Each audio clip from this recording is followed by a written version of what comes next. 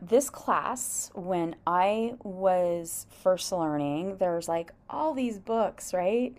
And I was solitary, and it was like, which book do I turn to? And then I found a teacher. Now, the teacher did not explain different types of the occult, and she based her classes off of Wicca. She did tweak some of the Wicca stuff, and then I found a second teacher, and they taught strictly Wicca. And then from there, I just kept taking classes and discovered there's lots of different types of witchcraft, and it's nice to know right at the beginning. And the reason it's nice to know at the beginning is then you can kind of have an idea where you want to veer to. Now, this is a high overview class, so I'm not going to go in great detail, but you may say, ooh, I like this or this or this, and this is the really cool thing about practicing the occult, and if you're becoming a witch, is there's no hard, fast rules, so you can pick and choose what you want unless you specifically want to be in a Wiccan coven, and then they're going to have their core teachings, and they will have rules. So Wicca is considered a religion. I'll go into more details when we get to Wicca, but just so that you kind of have like just a quick overview. And this class is recorded. And I'm just going to double check. Yep, it is recording. I have to double check because I always get a little nervous about that. And the recording will be available within 7 days. The same day that you get an email with the recording, if you paid through Eventbrite, Patreon members will get it. It will be downloaded on Patreon. And again, if you're a Patreon member, you do get access for as long as you're a Patreon member. If you have questions afterwards, you are more than welcome to email me privately. I do recommend that you do put it in the comments. Again, the comments on Patreon, it's behind a paywall, and the comments on YouTube, it is, again, behind a paywall. So you have to like literally pay for the class. So they're not public comments, but it is nice because other students, especially those that don't attend live, they may have the same questions, and then everybody gets the same answers. So that's just kind of a quick overview for that. So let's jump in to the different types of the occult. So the occult's kind of a big umbrella, and there's lots of different practices under the occult. And you're going to hear some people will call themselves certain things, and it really doesn't matter. We really don't need a label. You can say you're an occultist. You can say you're a pagan, a witch. It really doesn't matter. Some people say I'm spiritual because it is more of a spiritual path versus a religious path. So one thing when you're starting your path is to be really open-minded. And obviously, if you're here, you're already there. So, because you have to be pretty open-minded. Now, the list I'm going to go through tonight, it's not an exhaustive list. There are so many different umbrellas, and I try to touch on the most popular. But it is important to be able to pick your path and not have somebody, pick for you. It's really important. So a couple things as you're starting out: keep an open mind, trust your intuition, and meditate. I know I've taken classes where they're like, oh, you're doing it wrong, you're doing it wrong. There's no wrong or right way. If something resonates with you, go with it. Always be cautious when people try to like gatekeep. And I can tell you, I've taken classes where I'm like, not going back to that one. So, and it's okay. Like that happens. So, and when I teach, I want to give as much information as I can so that you can just say, oh, I'm going to use this, or I'm not going to use this. It doesn't offend me because it's your practice. But I've, been studying for many, many years, have read many books, have taken many classes. So I do try to just give you a lot of information so that you can kind of make a decision. And the cool thing is about this is if I say something that really sticks out to you, please feel free to message if you want to expand and you want like a specific teacher, because I may know somebody who teaches specifically the content that I'm talking about. And if I don't know a specific teacher, I will at least know books. And that's one thing. Scott Cunningham said that when you start to practice, like your teachers will start to come to you when they're supposed to. And it's actually, when you think about that, it's like, wow. And I can look back now and say, yeah, when I was ready for certain aspects, certain teachers came, or a book was recommended. So it is really cool as we grow spiritually when we're ready for things. All right, so the first one I'm going to talk about is paganism. So paganism, sometimes, a lot of times, it's kind of the big one that a lot of witches will use. But there's literally like the paganism practice, and then there's the witchcraft practice. So not all witches are pagans, and not all pagans are witches. So there's kind of a little group that might be pagans and might not be pagans. So paganism, it actually predates Christianity. This was really what a lot of the spiritual practice was, especially in Europe, before Christianity was around. And when Christianity swept through Europe, they adopted the pagan traditions to call them their own. I do go into more details when I talk about the Sabbats, but even with what they did is Christianity would go, oh, okay, this pagan tradition in like Germany, say, they would adapt, and they actually, like one of them I'm thinking of is Walpurgis Night. It's basically the same thing as Beltane, but in Germany it's called Walpurgis Night, and it is the night before Beltane, so it is April 30th. And it is the celebration of spring, which is the same thing as Beltane, but Beltane was practiced in the United Kingdom. And so it wasn't just Germany. The Nordic traditions celebrated Walpurgis Night. And people went, lit a big bonfire, and danced because it's spring. The signs of spring are there.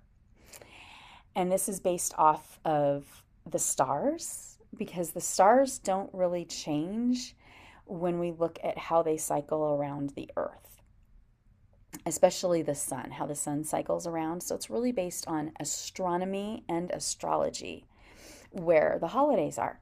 So when the Christianity hit like Germany, they were like, oh, we need to celebrate this. And so they sainted Walpurgis, who is a goddess. So they sainted her. And you'll find that a lot of the goddesses that are practiced in paganism have been sainted by the Christian church, because it was so important. Like Goddess Brigid in Ireland, she's very celebrated in Ireland, Wales, and Scotland. She's been sainted by the church because the Christian church was having such a difficult time converting the pagans. They were like, okay, we got to make her a saint. Because if we don't make her a saint, we're not going to convert them into our church. And so this is really kind of what happened. And this also, again, same thing with the Sabbats. You'll see a lot of the Sabbats, like Ostara is Easter, and Yule is Christmas. And they literally took our Yule and our Ostara traditions and made them Easter and Christmas. However, again, we're based on how the moon and the sun orbits around the earth, or the earth orbits around the sun and the moon orbits around the earth. So it's not based off of religion. There's a set date. So paganism was an ancestral spiritual path or religion. So some people consider paganism a religion, and some people consider it a spiritual path. That's also something to keep in mind. So in paganism, there is the worship of deities, and this is multiple deities, gods and goddesses. And paganism has not just been practiced in Europe. It's been practiced in Japan, India, Persia, Rome, and a lot of tribal societies. And when I say tribal societies, that hits the Americas, and it also hits like Africa. It almost hits every continent. So every continent has had a sort of paganism that has been practiced. So the most important thing about paganism is the fact that pagans believe nature is sacred. Nature holds everything. So in paganism, church or temple is outside. Um, so everything is based off of the natural cycle of birth, growth, and death. And we see that in the seasons. So right now we're in winter, so we're in the hibernation or the death season. And here pretty soon, literally around the corner, let's see, in 11 days is Imbolc, which is when pre-spring or the beginning of spring, because this is when some animals start to give birth, but it's when a lot of the new spring flowers start to come out and the snow usually starts to melt. I know it's been a really unusual year around actually the United States for winter, especially where I'm at. It's been very weird. So, yes, we do have to take into account time and what humans have done to the earth. But what stays the same is the cycle, again, of the sun and the moon. That cycle remains the same. And we are going to see similarities. Like we're going to see rivers start to get more, like during this time, the rivers are going to start to get more full because the snow is going to slowly start to melt. And we will start seeing some animals will start giving birth, and then we're going to have more give birth as we move into spring equinox. So with paganism, the cycle of nature, the cycle of the seasons, has very deep spiritual meaning. And I talk about cycles a lot because a lot of these cycles do carry over into almost every occult practice. So a lot of paganism does carry over into every occult practice.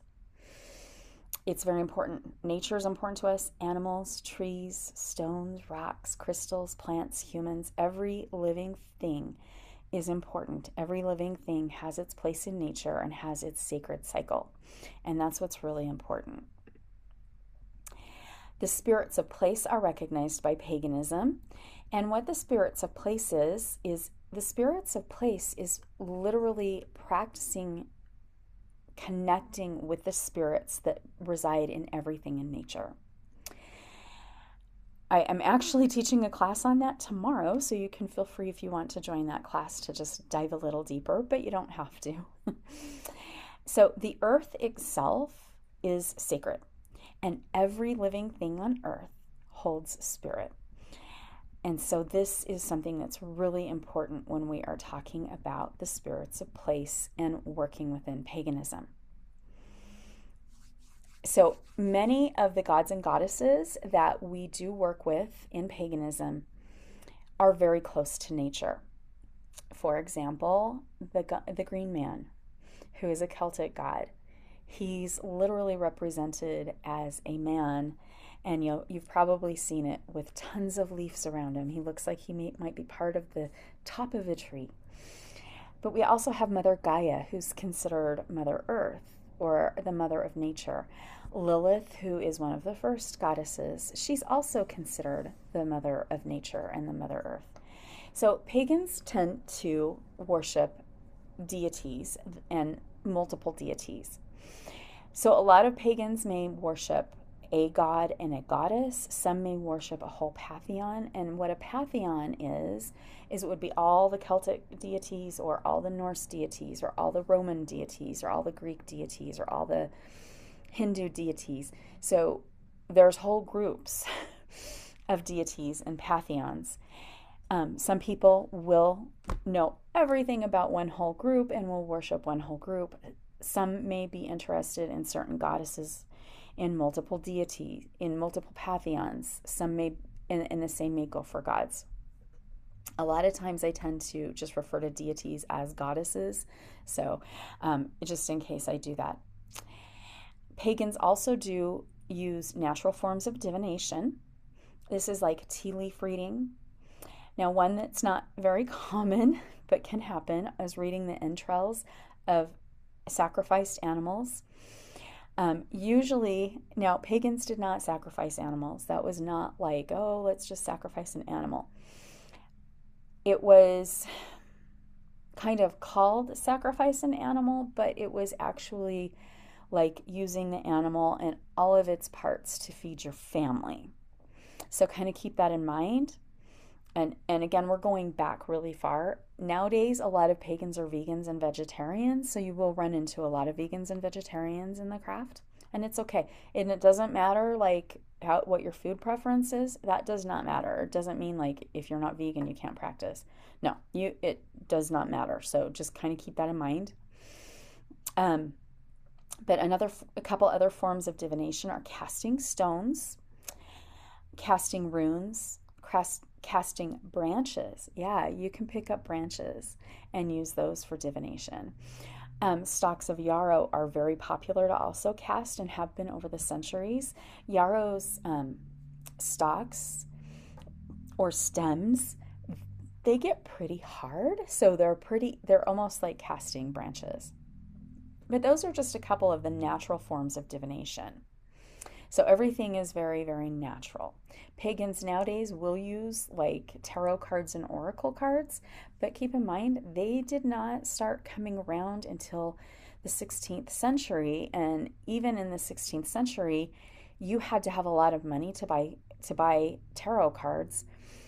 Oracle cards weren't out yet, but tarot cards were all hand drawn by the artist, and so it was very costly. So royalty had tarot cards, or very rich people had tarot cards. So it wasn't just everyday common people, but we see the magic everywhere, and we can use divination from everywhere in nature. So modern pagans, which are called neo-pagan or neo-paganism, still work with nature and still work in harmony with nature. And really, like, one of the big things is like pagan communities are really trying to reclaim ancient sites for ceremonies and sabbats.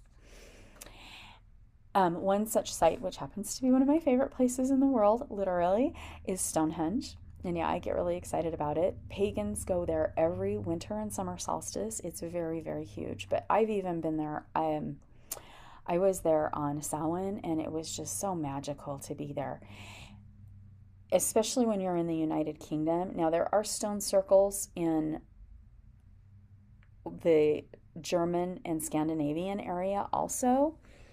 So that's also something to kind of keep in mind. But there are a lot of stone circles. They're called monoliths all around the United Kingdom. And most of them are places of worship for pagans and for druids. And I will go into druidry in a little bit, but I do want to throw that out. And most of the stone circles usually have been created so that it is somehow associated with spring or autumn equinox. Spring or autumn equinox, or winter or summer solstice. All right, witchcraft. So here's the fun one. So witchcraft, we use herbs, crystal stones, written and spoken words. And we elaborate or do simple rituals. Most witches believe in an altered state of consciousness or trances. All right. I know I've gotten some interesting questions with this one, because some people are like, does this mean I have to do like LSD or something? No. No. Granted, I'm sure there are some witches that do. Some witches are completely natural and don't. Yeah, so no. Do what resonates with you, okay? And you can get to these states without using any substance to get you there. So meditation gets us wherever we want. So meditation is really important to understand and use. But so when we are getting into trance states or consciousness, we can use things like astral projection. We can do journey meditations, lucid dreaming, mediumship. And then there's something called treading the mill. Treading the mill really can get us in a trance state. And a lot of times with treading the mill, there's a lot of different exercises, but a really basic exercise is to actually take a candle, and you can put that in the middle of what will be your circle. And you can walk in a circle by yourself or with a group of people, and you actually watch that candle flame. You can chant while you're doing it, or you can just walk in solitude and you stare at that candle, and it will get you into that trance state. And again, you keep your focal point on the candle. Now, with candles, sometimes because they do flicker, If you have a sensitivity like to strobe lights, especially if you have epilepsy, I would not recommend that method because you're not going to feel too great about it. But like also with treading the mill, you can use your besom, your broom, and you can use other things like a staff. So there's a lot of different things you can use and a lot of different techniques. I do teach about treading the mill, not in this class because it's high overview. And treading the mill can take a while because there's a lot of really great techniques for it. But with witchcraft, there's energy work. Energy work falls in this. Now, not all energy work is considered a form of magic, but if you talk to like somebody who is a Reiki master that happens to be like Christian or Hindu or Buddhist, they do energy work too, and they may be like, oh, it's not connected with magic or with witchcraft. So it, again, that kind of comes into how you do things. But witches are really, and this also goes for paganism, we understand energy and energy work, and that everything in nature and in life has energy, and there's a connection. And no, you don't have to be a Reiki master to do energy work. There are lots of different forms of energy work. Reiki just happens to be a really beautiful form. Witchcraft also works with auras. So that's also another thing. Witches can also be tarot readers, astrologists, Kabbalists, alchemists, and Reiki practitioners. A lot of witchcraft can be found in organizations like the Freemasons, the Thelmanites, and the Rhodochrosians. This is just a few. I will cover a little bit more when we get to high magic, because high magic is kind of considered a form of witchcraft. They may not call themselves witches, but they do practice magic. And it's not magic like we're going to go see, I don't even know a famous magician. We're not going to see somebody pull a rabbit out of their hat. We're talking about somebody who can do witchcraft or sorcery or wizardry.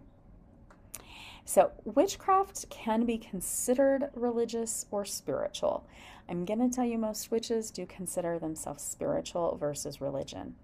And religion, really, the definition of religion is an organized group that follows a set of rules. And a lot of witches don't follow a specific set of rules. So that's kind of the joy of being in the occult. All right, we're going to go to Druidism next. So Druidism is a little bit different, but it is still kind of the same. So Druids do have a long, extensive history, and it is still practiced. Modern Druids, it has changed slightly, but they work very hard on their journey and their connections with the gods and goddesses. So one of the main charges of a Druid is to bring balance to human existence with the land and nature around us. Druids are very connected with nature. Trees are very important to Druids and anything associated with trees. Druids find how to fit into the great circle of life and awaken the ancient spirits. So this is really almost the same thing as working with the spirits of place that paganism does. Paganism and Druidism, they really have so many things in common. Like, oh, I wish I had, I'll use some squares. Squares will work. Okay. So, because circles usually work really good, but we'll do squares. So, and I just have fabric squares. So like if this is paganism, so if the flowers are paganism and okay, we'll do the polka dots as Druidism, they overlap. They have a lot of the same spiritual beliefs and will overlap in their spiritual beliefs, but there are certain aspects of specifically paganism and specifically Druidism that don't overlap. Now the nice thing is you can be a Druid and a pagan. You can be a Druid and a witch. You can be a pagan Druid and a witch. So you can take all of those practices and use those. So with Druidism, they also connect with the lands, nature, and deities. The concept of Druidism is to find a place of enlightenment. You hear enlightenment if you've ever studied or like just kind of had high overview of Hinduism and Buddhism, they reach a state of enlightenment also. So that really is a spiritual path, not a religion. Some people will call Druidism a religion. Same thing with Hinduism and Buddhism. they'll be called both a religion and a spiritual path. So a druid in the ancient times was the leader of the village typically. They were the teachers, the healers, the judges, the guides, and the spiritual leaders. The druids are still masters of crafts and arts. So, and then to become a druid can take 20 years of training before you become a druid. There are 3 levels to druidism, and the first level is a bard. So I am actually a bard. I'm in my next step in the process of learning druidism, and once you pass the second step, you become a druid. So it can take as long as you want to actually do the teachings. So druidism is considered an oral, it's an oral study. It was passed down over the centuries and it was not written down. So the teachings had to be memorized, and it took a very long time to become proficient because you couldn't say it wrong. So if they said, for example, let's say they're talking about King Arthur, right? Because keep in mind the Druids are in the United Kingdom. And they said, King Arthur drew the sword Excalibur from the stone. It would have to be perfect. You couldn't change that in any way. Like you couldn't say the stone stood and Excalibur was in it and King Arthur pulled it. No, you had to say it exactly the same way. So it took years because you had to memorize it, and there's a lot of stuff to memorize. Now, you will hear in the ancient courts, royal courts in England, you'll hear there were bards in the courts. Yes, they were in the beginning of their studies to Druidism to become a Druid. So that is what bards were. And when they would sing the songs or recite the poems, those are part of the Druid tradition, part of the spiritual path. And so that's what's carried on. So, yes, it took a long time and everything had to be perfect. So now in modern times, Druidism, again, in the past, Druidism was literally studied by men. Women typically were not Druids, at least to our knowledge, they were not Druids. Now women and men can be Druids, and the studies are written down now. So you can pick up books on Druidism. The texts and what you learn are considered sacred. So it's not like you can take a Druid learning and like put it on a t-shirt and walk around and let people read it. There are certain texts that will always remain sacred and stay within the practice. Once you become a full-fledged Druid, then you can actually teach Druidism. Druids do meet. Instead of calling them covens, they're called moots. And so you meet with your moot and you celebrate your rituals outside. So I'm kind of going through a couple of the fun stuff. So now we're into folk magic. And folk magic is what has been around also for centuries. So folk magic can be known by many other names. Conjurers. In the UK, it was called Wic, W-I-C-C-E. So the E changed to an A when we got into the 20th century and Wicca was born. Folk magic is the cunning folk, wise men or wise woman. The Pellers, that's what it's called in Wales. And in Africa, they were called witch doctors. The cunning folk have healed and performed magic for centuries. In the Middle Ages, it was very frowned on in Europe, and this again was due to the rise of Christianity. And the Christians taught that folk magic came from the devil.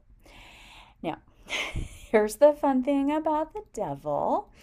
And if you, like, I was raised Christian, so like you kind of sometimes have to sit and go, oh, okay, wow. It was very interesting because the devil's actually not listed in the Bible. This was a term that was coined by Christianity. In the devil, we see it as Lucifer, and I do believe Satan is in there. I did have to, I went back through. I didn't get rid of my Bible because I will tell you what, it is very interesting to keep it. So, and even if you don't have one, it is kind of now you can access them online, but it is interesting to read some stuff, especially when people throw things out and say, well, there's devil in the craft. No, there's no devil in the craft, and there's no devil in the Bible. So that's something really interesting to know. So in some countries, it became illegal to practice the art of folk magic. So cunning folk or folk magic or the wise man or the wise woman have healed and performed magical spells for centuries. So again, in the Middle Ages in Europe, it was frowned upon by Christianity, and the Christians said, hey, this comes from the devil. And then we had the practice became illegal, and this was when what's called the burning times or the witch hunts came about. 80% of the people who were burned, hung, or drowned during the burning times were women. The other 20% were men and children. And children were convicted of witchcraft. It's very sad. So if you happen to know herbs and how to heal people, most likely you would have been hunted down and burned, drowned, or hung. So from the folk magic traditions, this is where we hear knock on wood. This is literally also, that is also considered a pagan statement to knock on wood to bring you good luck. This is also where throwing salt over your shoulder comes from. And unless you're a Jehovah's Witness, or I think they're the only ones that don't celebrate birthdays.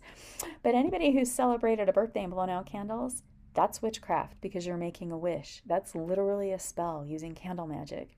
So blowing out candles, that falls under folk magic or the cunning folk.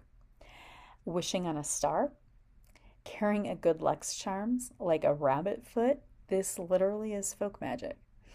And the making of the corn husk dolls. So what's really interesting with the making of the corn husk dolls is people would make those to keep evil spirits away. Guess what? All the 13 colonies, they were all making corn husk dolls when they came here from Europe. So they were all practicing magic. There's a lot of magic practicing that has gone on through the centuries, even though it was banned by Christianity. A lot of folk magic is rooted in a spiritual system and does have like paganism and druidism involved in it. And that is super fascinating. So it just kind of takes it to that new level. So these are the folks that usually are going to say, well, I'm a pagan, but I'm also a conjurer. So that's where you get that. Runes are part of Norse folk magic or using the archangels by using Enochian or ceremonial magic. That's called high magic. And then there's also low magic, which is the use of spells that has a mundane goal to shift the energy and change it, like shifting bad luck to good luck. Those are considered folk magic. In folk magic, yes, they believe that natural power comes from nature. It's found in the herbs, the plants, trees, stones, rocks, the elements, and anything that we would find in nature.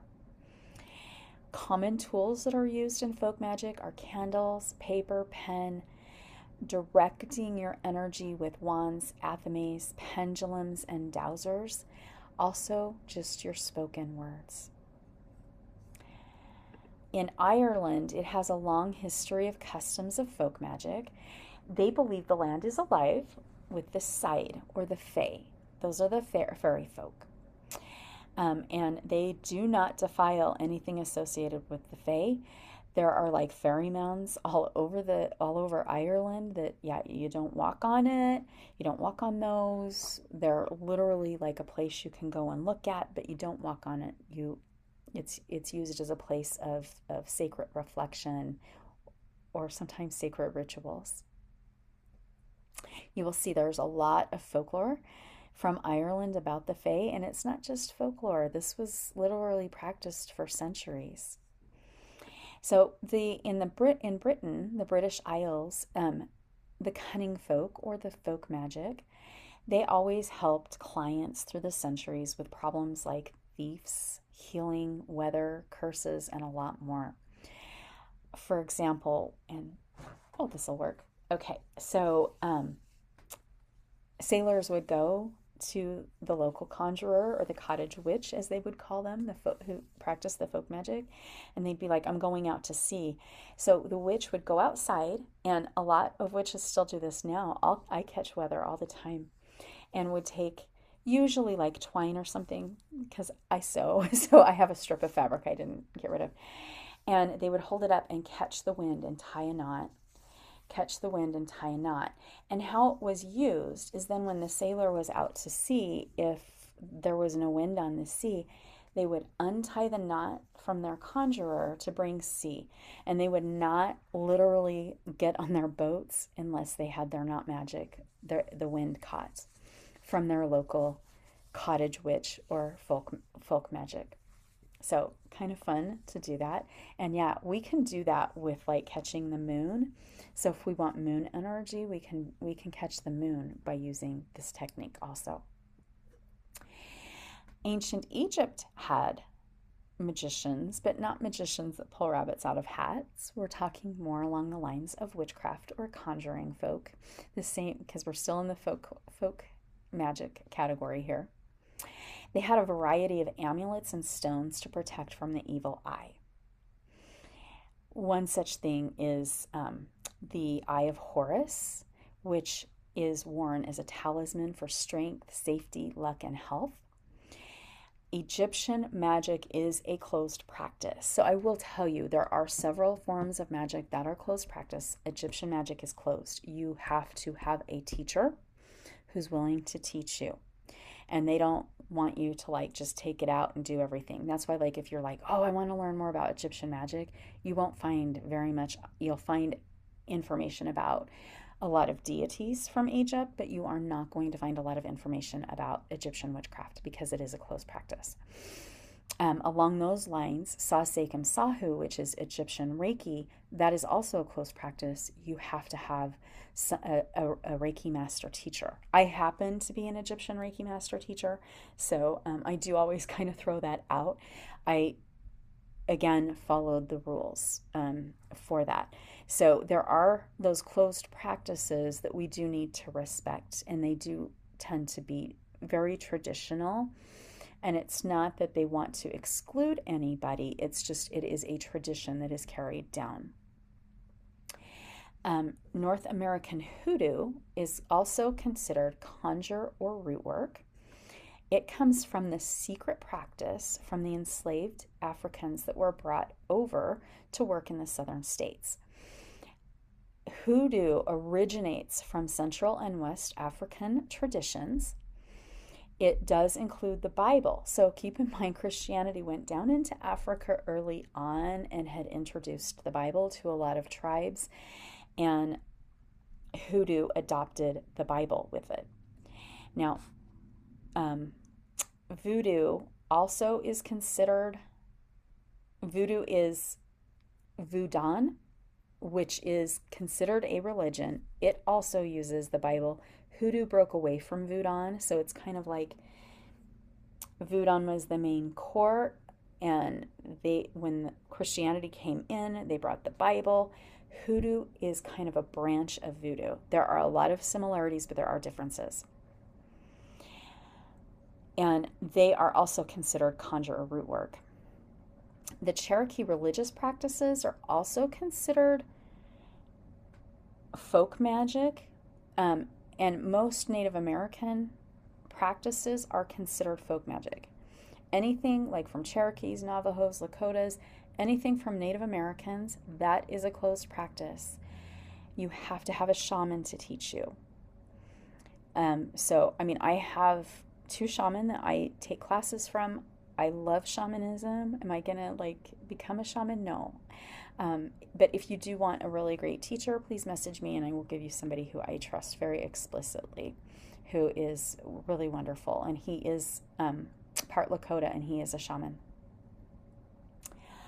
All right, traditional witchcraft. So this incorporates the ancient craft with our modern folk magic. So traditional witchcraft kind of incorporates a little bit of everything we've all just talked about. And what traditional witchcraft is the roots and the traditions actually originate before Wicca, and they are deeply rooted into folklore, ancient culture, ancestry, and our geographical location. Again, this is where village witches come from, which falls under the folk magic that I just said. In some cases, there are certain areas, and not a lot, okay, because the burning times really destroyed a lot of this. The traditional witchcraft was passed down from generation to generation, and sometimes it wasn't just like passed to a daughter. There were witches who did not have children, but they would take an apprentice and pass it down to the apprentice. This most especially is known in Cornwall, England. Cornwall, England is one of the only places in the United Kingdom that did not kill any witches during the burning times. The people who were not witches relied very heavily on the witches there. So a lot of really great ancient traditions come out of Cornwall. One of my teachers lives in Cornwall. So many traditional witches work with history and tradition of a certain lineage of people, which can be your ancestry, or if you happen to have a teacher and you do practice witchcraft, and you also usually practice the sabbats. It does not necessarily mean you have a specific deity. Some have deities they work with, and some don't work with deities at all. The neat thing about traditional witchcraft is you work with what you are exposed to. So if you lived in England, you're going to work with the English land, and you're going to work with English magic. If you work with the Nordic areas, which would be Germany and Scandinavia, you may only do Nordic magic. When we're here in the United States, guess what? We can use any form of magic here, like hoodoo, voodoo, and of course our land, because everything came over here. So you can do ancestral and your land magic, which is really, really cool. All right, I'm going to just touch on a couple things very, very briefly. So sometimes we want to specialize in little things like astrology. So astrology is the study of the zodiac sign. Astrology came before astronomy, and we do see the stars. We do see the the stars for each zodiac sign in the sky. There's also numerology. This is taking the numbers. They create a powerful sacred system, and this system goes back thousands and thousands of years. Another one that is used is alchemy, and alchemy is transforming. It is a part of chemical science, and this was literally a philosophy and a science. But alchemy is the art of transforming a substance from one state of being into another state of being. It breaks down into the body, mind, and soul, or body, mind, and spirit, whichever way you want to say it. Kabbalah, it originates in Judaism, and there are Jewish mystics who practiced forms of magic. This has been around for a very, very long time. Christianity also tried to create a form of Kabbalah to convert Jews into Christianity. It did not work well, and the Christian version is not really around and not practiced. Agrippa, who I brought up last time, he does discuss Hermetic Kabbalahism in his book on Western occult studies. And the Golden Dawn, they actually practice Kabbalah within their practice. So the Golden Dawn, many, many, many famous people were in that, and we did go over, if you took class 1, I did go over that a little bit in class 1. Edward Arthur Waite, who created the Rider-Waite Tarot deck, He was in the Golden Dawn, and in that tarot deck, you see a lot of Kabbalah in there, a lot of it in the cards. So if you are interested in tarot, you will find a lot of Kabbalah in there. The Tree of Life is considered part of the Kabbalah, and it's understanding the universe and creation. And this is, again, I'm just briefly touching on this. Okay, so another form of magic. And the reason I touched on those is because some people who practice traditional witchcraft will kind of break down and specialize in those. Also specialize in herbalism and crystals. There's lots of areas that you can actually break down and study. So that's another reason why we do this class. So ceremonial magic. This is like the Freemasons and the Hermetic Order of the Golden Dawn, a lot of those organizations. So ceremonial magic is to reach enlightenment. They use complex ceremonies and rituals to reach an outcome or a goal to get to enlightenment. So this practice is called high magic, and it is very highly ritualistic, and you do have to follow the rituals to a T. So they usually, like, when you talk to some people, they're like, yes, they have to be memorized. Freemasons are not going to divulge anything, especially to a woman. The Freemasons, the women's sororital organization is the Order of the Eastern Star. You would have to be a member, and they will share with you. But Freemasons will not share. Even if their wife is in the Order of the Eastern Star, there's no crossover in sharing their ritual magic. Ceremonial magic uses Enochian, which is the angel language, Gitoi, and Thurology magic. They also access their magic with planetary hours, so they will literally plan their rituals around the planet hours or the time of day hours. They have a lot of signs and symbols that are used to invoke and evoke spirits. One form of ceremonial magic is called chaos magic. That was developed in the 1970s, and it was used as a philosophy of occultism under Austin Osman's sphere.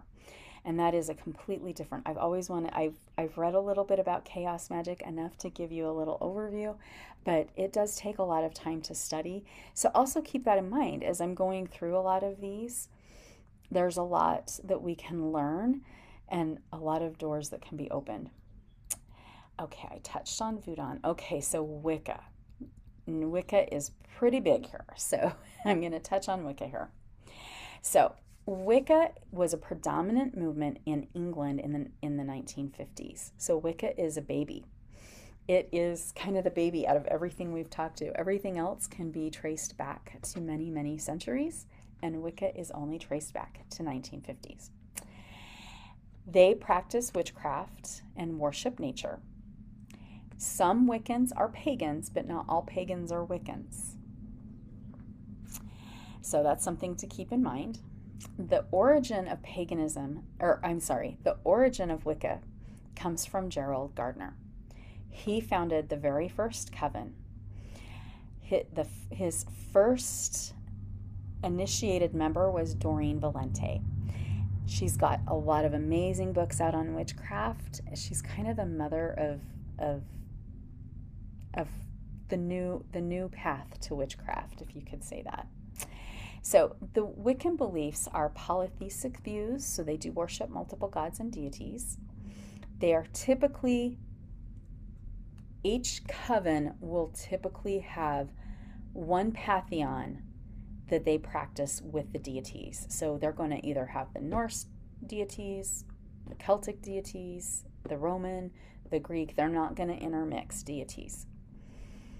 They accept and adapt to the Wiccan Rede. They do meditations. They participate in sabbats and esbats. They will practice forms of ceremonial magic. Gerald Gardner did come from a ceremonial magic training. So in each coven, there will be specific rituals that usually are not changed. And they will invoke and evoke deities. So I'm going to read the Wiccan Rede. And I will include it in the description, both in Patreon and YouTube, so that you can actually see it instead of just listening to me read it. So the Wiccan Rede. Bide the Wiccan laws we must, in perfect love and perfect trust. Live and let live, fairly take and fairly give. Cast the circle thrice, about to keep the evil spirits out. To bind the spell every time, let the spell be spake in rhyme. Soft the eye and light the torch, speak little, listen much. De soul go by waxing moon, chanting out the witch's rune. Whitter sheer go the waning moon, chanting out the baneful rune.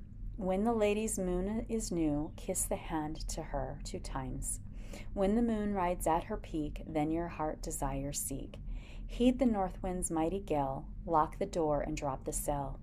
When the wind comes from the south, love will kiss thee on the mouth.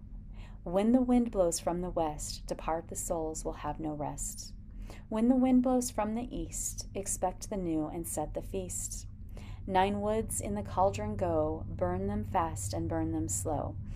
Elder be the lady's tree, burn it not or cursed you'll be.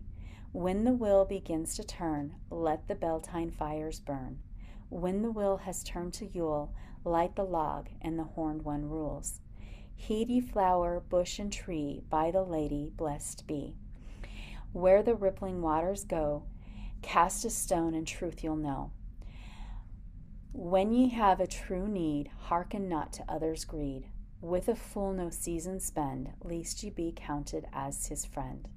Merry meet and merry part, bright the cheeks and warm the heart. Mind the threefold law you should, 3 times bad and 3 times good. When misfortune is enow, wear the blue star on the brow. True in love ever be, least thy lover's faults to thee. 8 words the Wiccan read fulfill, and ye harm none, do what ye will. So when you hear the threefold law, this is where it comes from. It comes from the Wiccan Rede. And what it was is that when Gerald Gardner's coven opened, if you needed a candle, you had to pay the candle back 3 times. That's the threefold law. But it was also, if you sent out a spell, you would get it back 3 times. So if you sent out a good luck spell, that would come back to you 3 times. If you did a curse or a hex, it would come back to you 3 times. Wiccans do not do curses and hexes. They are dead set against them. This is where the last part, and ye harm none, do what ye will. That's where that part comes from. There's also, so Scott Cunningham was a practicing witch, and he was Wiccan, and he has 13 goals of a witch. He passed away, I don't remember the year. It was in the late 80s. He passed away. It was somewhere between it might have been 1986. I used to have it memorized, but it was either between 1986 and 1989. It was one of them. It was in that little time frame. But he did 13 goals of a witch, and this I think is really important. I will also include this in the Patreon and the YouTube. Know yourself. Know your craft. Learn. Apply knowledge with wisdom. Achieve balance. Keep your words in good order. Keep your thoughts in good order. Celebrate life. Attune with the cycles of the earth. Breathe and eat correctly. Exercise the body. Meditate. Honor the Lord and the Lady. So I think that is absolutely beautiful. I think he summed up not just Wicca, but he summed up paganism and Druidism, because that's literally what all of our spiritual paths are doing, just in those 13 little things. Now, keep in mind the last one, honor the Lord and the Lady. Lord and the Lady are the deities. That's the god and the goddess. So not everybody practices. So the top 12 are probably practiced by everybody in the occult. 13 is kind of an optional. All right, so there are a lot of different forms of Wicca. So, and they kind of broke away from Gerald Gardner. So Gerald Gardner's practice is Gardnerian Wicca, or Gardnerian witchcraft. And they literally still practice what Gerald Gardner created when he created the first coven. So that is Gardnerian Wicca. There's Alexandrian Wicca. This was founded by Alex and Maxine Sanders. in the 1960s. Now, it is extremely similar to Gardnerian Wicca. Part of the reason is they were part of Gerald Gardner's coven, but they didn't agree with some of Gerald Gardner's thought processes, so they decided to break away and create their own. Alexandrian Wicca is pretty popular. I have met so many people that practice it. Again, it is a coven, and they do have specific rituals that they do. One of my very, very dear friends actually shared his Alexandrian Book of Shadows with me, and they do have very, very specific rituals. So they are just a little different than Gardnerian. Gardnerians are pretty strict with following Gerald Gardner's actual teachings. Alexandrian is a little bit like they have their rules that are different than Gerald Gardner's and Gardnerian, but they're there, and it's pretty popular. Okay, so those are just a couple. There's Dianic Wicca, where they worship the goddess Diana, and it is usually those covens are made up strictly of women. Not all the time, but some of the covens are very strict about you can only be a woman to join.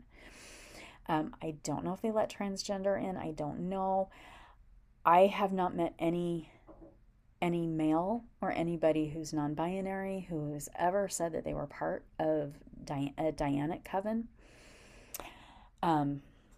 And those are just a couple. There's a lot of different branches of Wicca, and they all stem from Gerald Gardner's Gardnerian. But again, there's like rules to follow. Wicca is considered a religion. As a matter of fact, the U.S. military recognizes Wicca as a religion and does allow people to put the pentagram on their headstones if they're in the military. And that came about by Circle Sanctuary. They worked really hard to get that in the 1970s. So, and again, witchcraft was banned for many, many years, but by the 20th century, finally, it wasn't a crime in almost every single solitary country. Okay, I'm going to just briefly touch on a couple other ones. This is always, believe it or not, I used to teach this class combined with last week's class, but there's so much information. That class was like 3 hours long. So, and we are going to go over a little bit over the hour. So there's cosmic witches, and this is people who only practice the movement of planets and the celestial bodies. There's hereditary witch. This is witchcraft passed down from generation to generation. Secular witch they have non-secular practices with new ideas. So they're very non-spiritual typically. A sea witch is someone who actually connects with the land and the sea. Like right there, that's a threshold that they connect with. But sea witches work with the elements, but their primary element is the sea and working in the area where the sea meets the land or the ocean meets the land. I did talk about Dianic witches, which I should have had that moved up. Elemental witch is somebody who practices all of the elements or a specific element. So they might be a fire witch only or an earth witch only, or they may practice all 5 elements. A head witch specifically practices herbalism, plants, and healing. A solitary witch is what a lot of people are, especially when you just start practicing, because it's not like the local like Catholic church or Lutheran church where there might be one on the corner and you can just walk into. A lot of witches are still in the closet because there is still persecution. It's just not as severe as it was. So a lot of people are solitary, and they learn and study the craft by themselves. A green witch, very, very similar to a hedge witch. Basically, they practice the plants, the botanicals, and work with the earth spirits. A kitchen witch, yes, it's exactly what it is. They use cooking, the culinary arts, as a way of working with magic. They're also very closely related to the green and hedge witchery because they are using a lot of herbs, and most of their spellcraft will be like stirring your food or flipping your food and making it putting the spells into it. So like you can literally make soup and say everybody in the house is going to feel better from this illness. Everybody in the house is going to feel better from this illness. That's kitchen witchery. Eclectic witchcraft is using many different paths. This is very similar to traditional, but if you hear somebody say I'm an eclectic witch or a kitchen witch, that's why like I go over these terms. The terms are just so you understand what they are. Okay, and another Wicca path, and I'm sorry, I should have said this, is Cornelian witchcraft. There is actually a school in Chicago that does teach Cornelian witchcraft. So, and if you need it, if you're like interested in Cornelian witchcraft, please let me know because I can get you the school's information. So you do practice it. They are based on the idea that inner truth is universal in nature, and they teach that the deity enters the life of the seeker in a way that can be best understood by the seeker. It is a deity tradition. Yeah, that's everything. I know this was a lot. So I didn't see any questions in the chat while we were going through. So what I'm going to do is I'm going to end the recording. Again, it will take about a week to get the recording, but we'll have time for questions and answers. So I'll end the recording.